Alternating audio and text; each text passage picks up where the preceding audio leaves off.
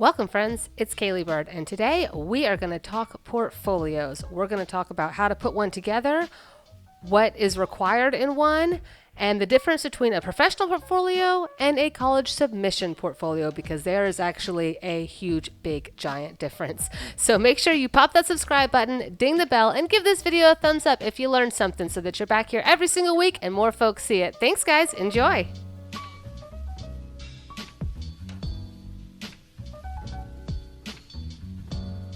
For today's drawing, I am using a white chalk pastel pencil as well as a ᴘᴜᴜᴜ pastel pencil on my own homemade toned paper sketchbook. If you guys like this sketchbook, I do drops occasionally whenever I make some for my own. I do drops for anyone who is interested, so you can check down below for a link if you would like to be notified the next time I do my handmade sketchbooks and offer them for sale. You can also pick up some of these ᴘᴜᴜᴜ pencils from my links down below, and they are seriously like the dreamiest, smoothest, creamiest, most amazing pastel pencils. Like, I love these pastels, no joke.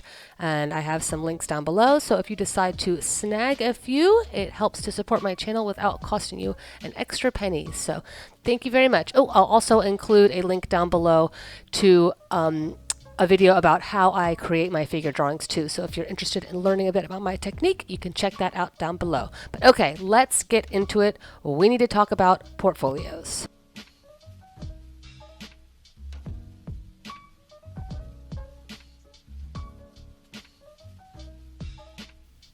Okay, so first things first, we need to talk about the difference between a professional portfolio and a college submission portfolio, because we are mostly going to be focusing on the former, but it is very important that you do not get it confused with the latter, because then you will be sending the opposite of what you need to send to anyone important. Okay, so a college submission portfolio. Now this is when you are applying for college. So you're in high school and you're sending this off to various colleges. Usually consists of a variety of different works that you've done, over the last few years. It shows a lot of different mediums. It should show some two-dimensional work, some three-dimensional work. It should show some still lifes, maybe some black and white, maybe even a little photography if you're into that. Like, there should be a large variety, all different kinds of mediums, and it should show progress. So you can show some older works that are not quite as good, and then some more recent works that have gotten better to show that you've got some progress, right? And the school might require like a little bio or a little history about maybe what your grades were or what you've done, if you've had any accomplishments or awards or whatever, but it's not going to be any major write-up. It's not going to be like a resume or a fully developed artist statement. So in short, a college submission portfolio is not a cohesive body of work. It is a large variety showing all kinds of different things that you have tried and experimented with it and done and what you've been successful in. And this is to show colleges that you have been practicing various arts for a long time, that you have a real interest in it, that you get better over time, that you're very dedicated, that this is a big part of your life, and that you have, tried a lot of different things to find your niche and your voice and your flavor, okay? So that is the point of a college submission portfolio, and that's why it should look like that.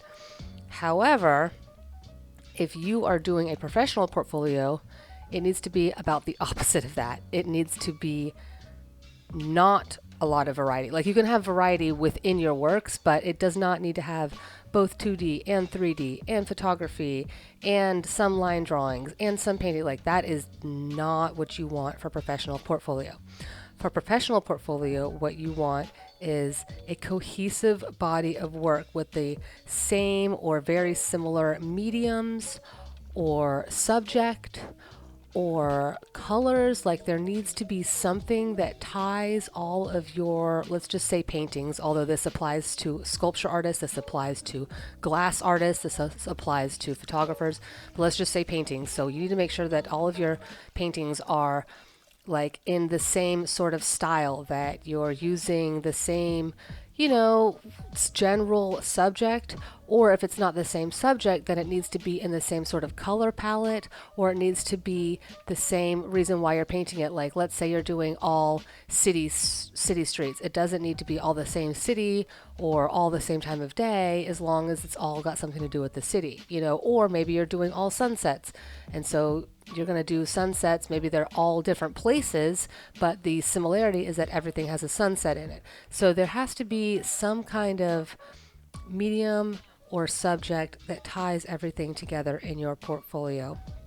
That is the most important thing. The very most important thing is that you have a body of work. And when I say a body of work, usually a cohesive body of work should have somewhere in the neighborhood of at least 8 to 12 pieces. You can do much more than that, but it's not necessary. If you can have 8 to 12 pieces meaningfully connected in some way, that is exactly the best place to start for a professional portfolio.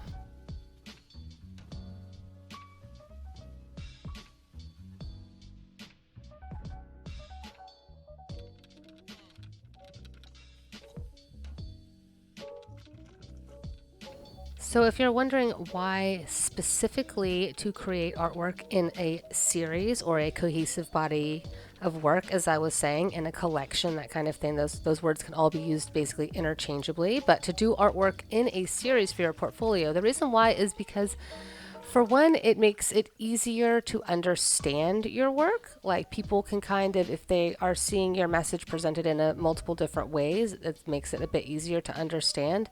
Also, it's much easier to show together. So if you're trying to get into an art show or into a gallery, or even just like in college, you can have like the senior show and stuff like that. Just anytime you're trying to show your work, if it all goes together, then it like goes together, like it looks good together because it was made to look good together. And that is a lot more appealing to collectors or any kind of public spaces that you might be awarded an art show. And that makes, because it's all together and blends together, then it also makes it much easier to market your work and to write about it. Because think about it. If you make a million different kinds of artwork or paintings or 2D or line drawings, then all of those have different like target audience. All of those are going to appeal to different people. So instead of hardcore marketing your artwork to one group of people that you have selected and targeted, now you're having to instead market it to like 8 different groups of people, which, let me tell you, is not going to work, especially if you have it all on like one social media page or one website. Like, that's just not how it works. So as I was saying, not only is it easier to market, but it will help create your target audience already, because if somebody knows what your style is or what's going on, what your jive is, and they know that they can keep coming back to get that same kind or quality or flavor of work, that same feeling, emotion, whatever it is they're coming back for, they know that they can rely on you because you make cohesive work. They know you're going to make more of what they like. So not only does it make it easier to market, but you will literally develop your own target audience, because the right people for your artwork will come to be able to rely on you. So it's actually like really, really important, especially as you're trying to, again, become more of a professional, or maybe career-wise, or, applying again to not only to apply to like art shows or art gatherings, but if you want to do art licensing, like if you want to convince, a company or present your artwork, to market your art on, scarves or t-shirts or postcards or whatever. There's all kinds of ways you can market your artwork for art licensing. And they want to see a cohesive body of work so that they know what to expect from you. They know that they're going to keep getting this same kind of quality, this same kind of genre that is appealing to their audience as well. So if you're trying to get any kind of professional work, like, you have to think about not just your audience, but the audience of the people that are hiring you. And so their audience, and they themselves that are hiring you are going to expect a certain degree of professionalism, i.e. consistency. So for all of those reasons, like, it just makes so much more sense. You're just going to be seen as a professional and as a reliable person if you make cohesive bodies of works. Now, that does not say that you can't ever change what you're doing, but you need to be doing things in series or collections, and then maybe after a couple of years, you kind of change something that you're doing or go to a different medium or change your, but it's gradual changes, and when those changes occur, they are meaningful, and your audience will follow you because they've come to love your work and they respect you, but not because you're scattered, but because you have built an audience, and then because they love your work so much, they're willing to follow you onto new ventures.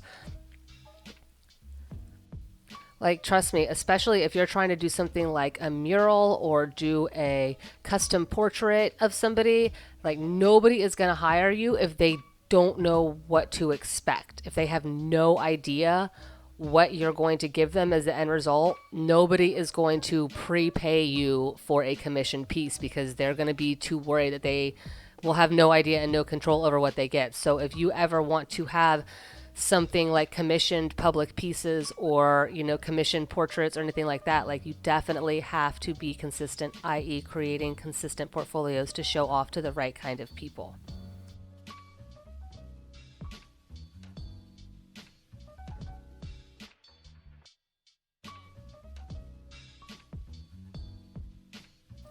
Okay, I think I maybe drilled it home about how important creating a cohesive body of work is. Hopefully you got that. I'm not sure.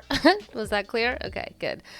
Give me a thumbs up on the video if I made that clear. Okay, how about that? So now we are going to talk about how to put together a portfolio. Now that you have your beautiful cohesive body of work, how are you going to put that whole portfolio together? So you want to have very clear, beautiful, wonderful, high definition, true to life, naturally lit photos. Did I mention they need to be nice? Yeah, they need to be nice. And if you are unable to take really nice, clear, naturally lit, high definition photos, guess what? You probably actually are, and I have a video on how to do that using natural light. You don't need any special equipment as long as you have a really good smartphone, or even a pretty good smartphone, I should say. So check out, I will pop the video up here on the screen and leave it down below so you can do it yourself. However, if you still cannot manage to muster good shots, it is worth hiring someone to do so. Maybe you even have a friend that's really good with the camera, or there is a local photographer around you, or if everything is like on paper, if you draw, you might be able to get it scanned in. Whatever you need to do, like, stop, no, and don't proceed without having a really clear set of images. Okay, that is number one, because nobody is going to look any further at your portfolio if you don't have beautiful, clear images. Okay, so get that done. Like I said, check around for links. I actually have two different videos. One, if your artwork is super shiny, like if it's maybe framed behind glass, you can't take it away from the glass. I do a resin art, which is very shiny and very, very difficult to photograph. So I made a video on how to photograph shiny art, as well as just a regular how to photograph your artwork well enough that you could even make prints and stuff out of it. So that is key. Make sure you have beautiful photos, okay? And then you are going to probably need to get together 3 other things, and that would be your artist statement, your CV, and your bio. So your artist statement is basically, because you have a cohesive body of work and it makes sense that it is together, your artist statement is a short write-up about this cohesive body of work and what it means to you, or what it took for you to create it, or what you're hoping to get to the viewer. Like, I actually have an entire video all about how to write an artist statement. It's kind of a long video, but it is very thorough. It is step by step. It gives you lots of examples and lots of encouragement. So that video, like, you might need to sit down, get yourself a snack, but it is a great one to help you watch or help you write an artist statement. So if you're going to need an artist statement, number one, And you may or may not, it depends on what this is for, but better safe than sorry, better go ahead and have a CV, which is a curriculum vitae, which basically means the courses of life. And it is specifically for artists. It's kind of like an artist resume, but you're not necessarily putting down like jobs you've had.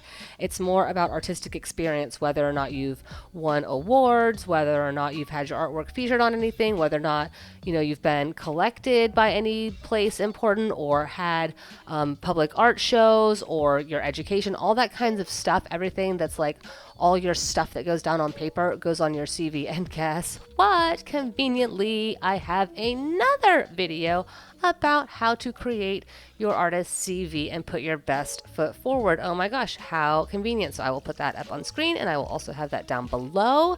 So you got 2 out of 3. And then the last but not least is a bio, and that can range anywhere from, usually you're thinking about 2 paragraphs or something like that for a bio to go with your regular portfolio. And this is basically who you are, maybe where you went to school, although you don't want to like weigh it down with a bunch of like long names of places that no one really knows about or cares about. It's more about like sort of a little peek, a little insight into who you are of an artist. It should be exciting and fun. So that I actually do not have a video for. However, it is on my to-do list. So at the filming of this video right now, I do not have one. But as soon as I do, I will pop it up on screen and put it in links down below. So I got you. Don't worry. So in a nutshell, there are 5 things you need to remember about putting together a professional portfolio. And that is, number 1, your consistent theme, style, subject, medium, whatever it is a consistent, cohesive body of work. And number 2, you have beautiful, exquisite, clear photographs of that wonderful body of work. And number 3, you've got an artist statement. Number 4, you've got a CV. Number 5, you have got a bio. So yeah, most of the work is definitely going to be in making the work, but a little bit is going to be in writing about the work. So I hope that answered any questions you might have about building your own portfolio. And if you have a question for me to address in a future Ask an Artist segment, please leave it for me in the comments. And go ahead and tap this video right here on the screen if you would like to learn all about how I create my figure drawings. Thanks guys, see you next week.